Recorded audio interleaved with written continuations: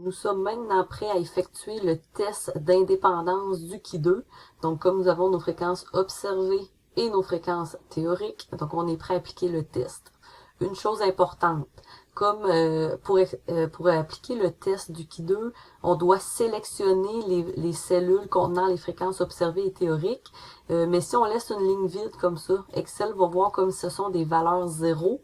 Et il va mettre un degré de liberté trop élevé. Il va considérer qu'on a autant de classes que ça, et c'est pas le cas.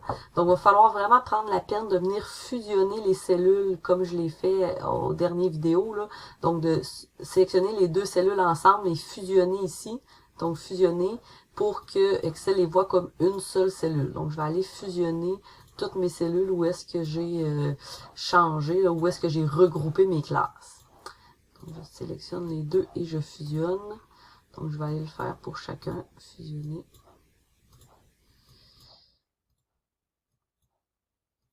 Et il me reste ici.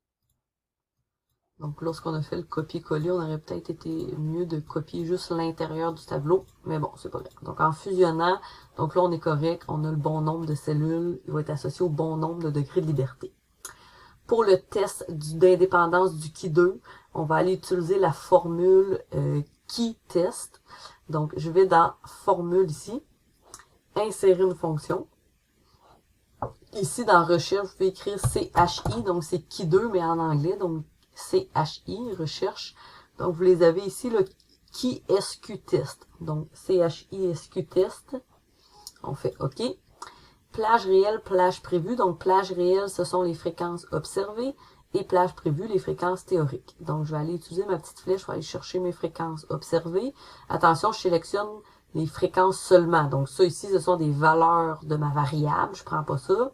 Ça ici, ce sont des totaux. Donc, les totaux pour chacune des lignes des colonnes. Donc, ce que je prends, c'est vraiment tout simplement les fréquences, donc associées aux unités statistiques.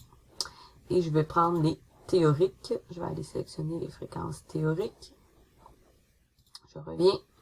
Donc, ce qui nous donne ici, c'est en fait le p-value. Le p-value